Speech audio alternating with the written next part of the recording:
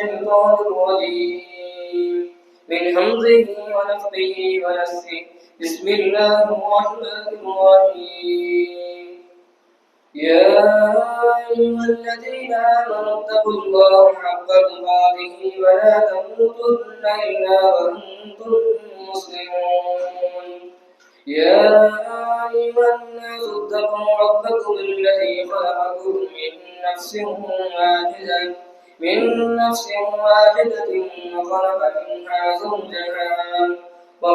منها زوجها وبث منهما رجالا كثيرا ونساء واتقوا الله الذي تساءلون به والأرحام إن الله كان عليكم رقيبا يا أيها الذين آمنوا اتقوا الله وقولوا قولا سديدا يصلح لكم أعمالكم ويغفر لكم ذنوبكم ومن يطع الله ورسوله فقد فاز فوزا عظيما وقال الله تعالى في موضع آخر بسم الله الرحمن الرحيم لن ينال الله لحومها ولا دماؤها ولكن يناله التقوى منكم كذلك سخرها لكم لتكبروا الله على ما هداكم ولعلكم تشكرون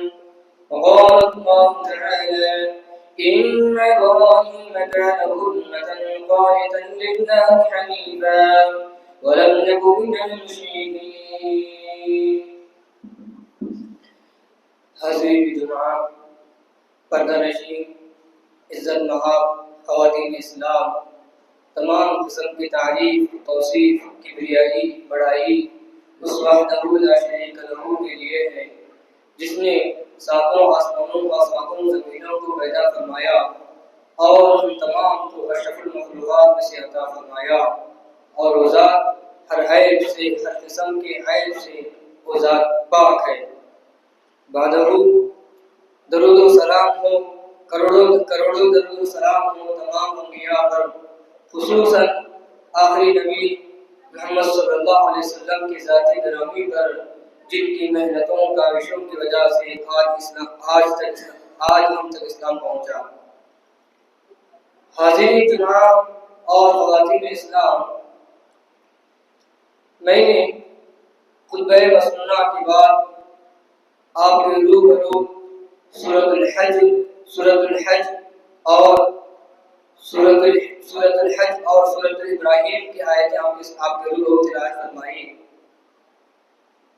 اللہ تعالیٰ نے بندوں کو پیدا فرمایا اور بندوں کی ہدایت کے لیے اللہ تعالیٰ وقتاً انبیاء اور رسول کو بھیجتا رہا۔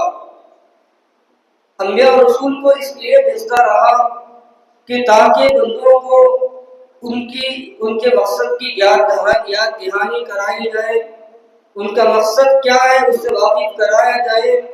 اس وجہ سے اللہ تعالیٰ انبیاء اور رسول کو وقتاً فوقتاً بھیجتا رہا، اور ساتھ ہی ساتھ اس کے اللہ تعالیٰ کی ان نافرمان بندوں کے لیے اس کے باغی بندوں کے لیے اللہ تعالیٰ ایسے آفرز بندوں کا عطا فرماتا ہے تاکہ بندے اس کے قریب بن جائیں۔ یہ دیکھیے، اللہ تعالیٰ بندوں کی ہدایت کے لیے وقتاً فوقتاً انبیاء کو بھیجتا رہا، اور ساتھ ہی ساتھ ایسے اعمال کے ایسے مواقع بندوں کو عطا فرماتا ہے، اس کے ذریعے نیک عمل کر کے بندے اللہ تعالیٰ کے قریب بن جاتے ہیں۔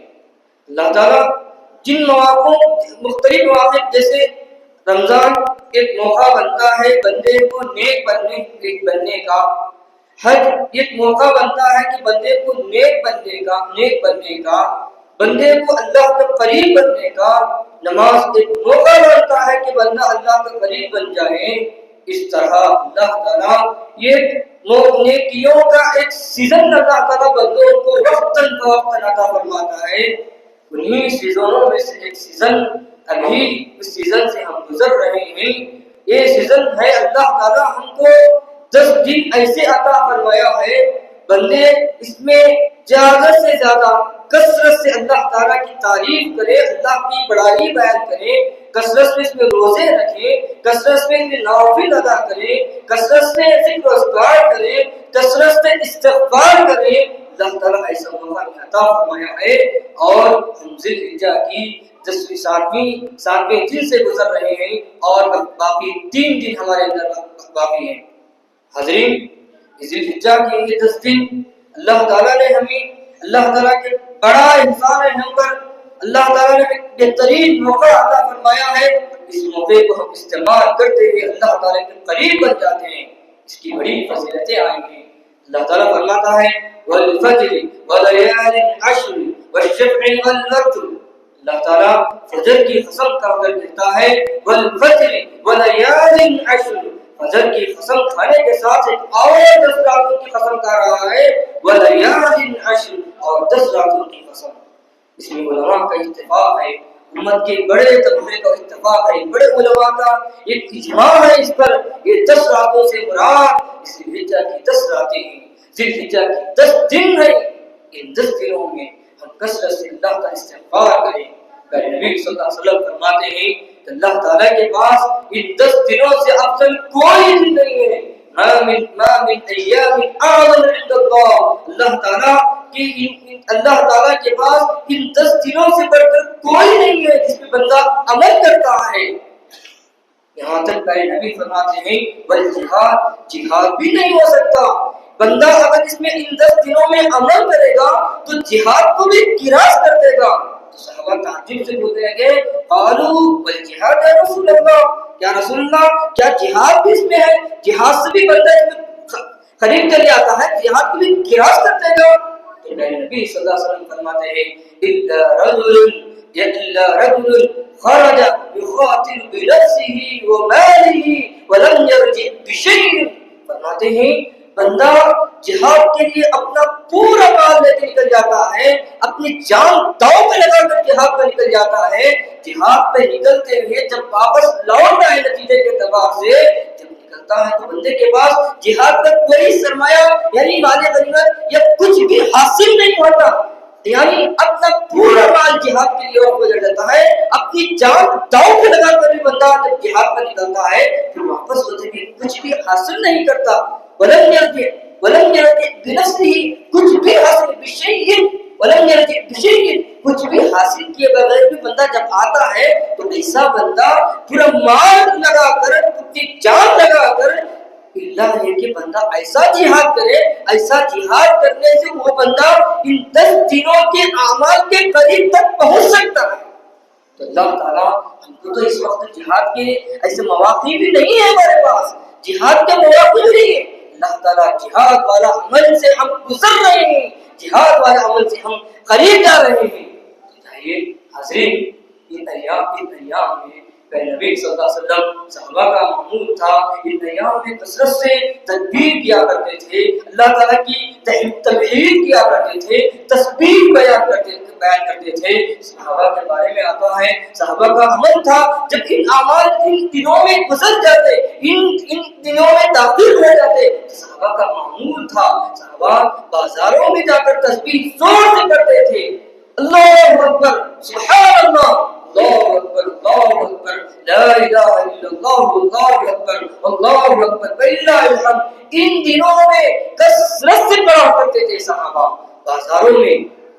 ابن عمر کی روایت ہے كان ابن ابو هريرة خرج الى السوق يكبران ويكبر الناس بتكبيرهما۔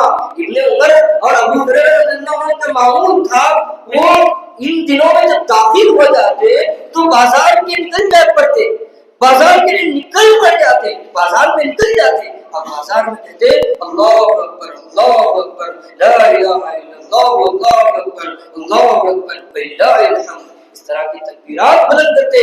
ان کا دیکھا دیکھی پورے صحابہ تو بازار میں ہوتے، ان کی تکبیر کے ساتھ اپنی تکبیر ریپیٹ کرتے تھے۔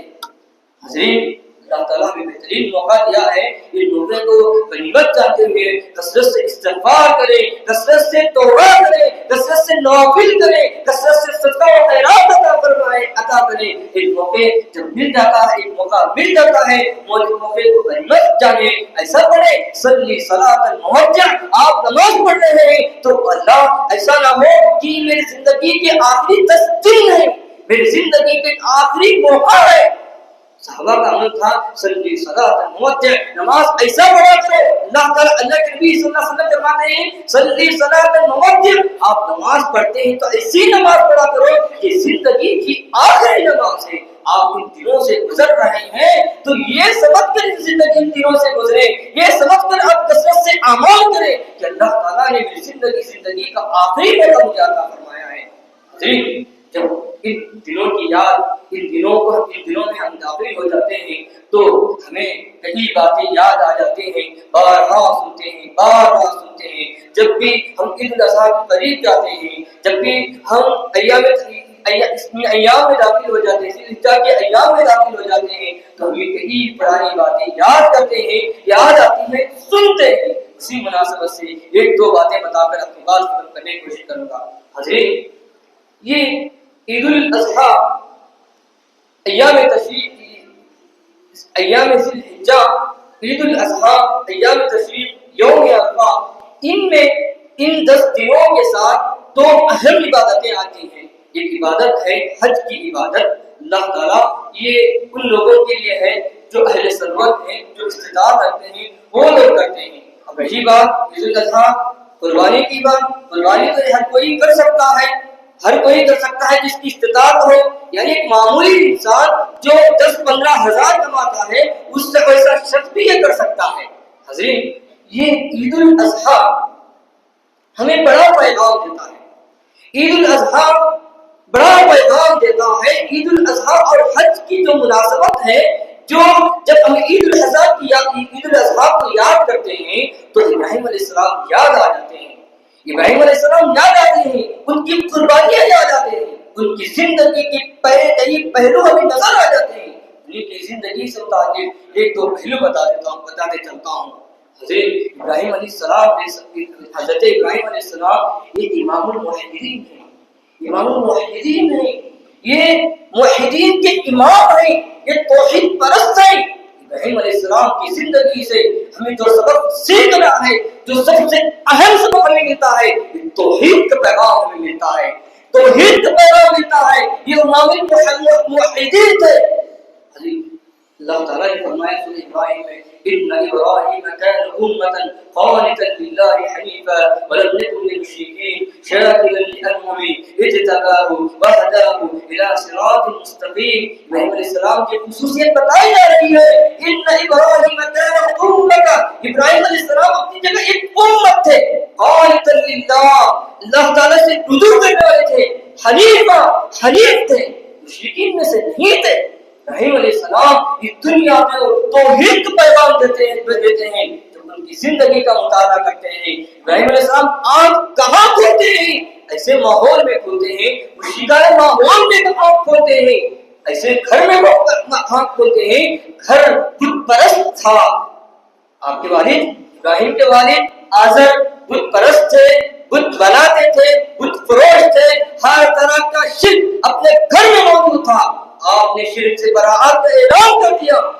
اللہ تعالیٰ نے اسی کا نقشہ قرآن مجید میں جا بجا ہے. میں آپ کو سورہ مریم کی آیتیں پڑھ کے سناتا ہوں. ابراہیم علیہ السلام جب دیکھیں کہ شرک اپنے باپ شرک میں مبتلا ہے شرک میں لت پت ہے شرک سے شرک سے مانوس ہو چکے ہیں شرک میں ملوث ہیں تو کہنے لگے یا قال ابراہیم لابی یا ابتی لا تعبد الشیطان ان الشیطان یا ابتی لا تعبد الشیطان. کہنے لگے اے ابو تم شیطان کی عبادت کیوں کر رہے ہو. لا تعبد الشیطان تو آپ شیطان کی عبادت مت کیا کرو.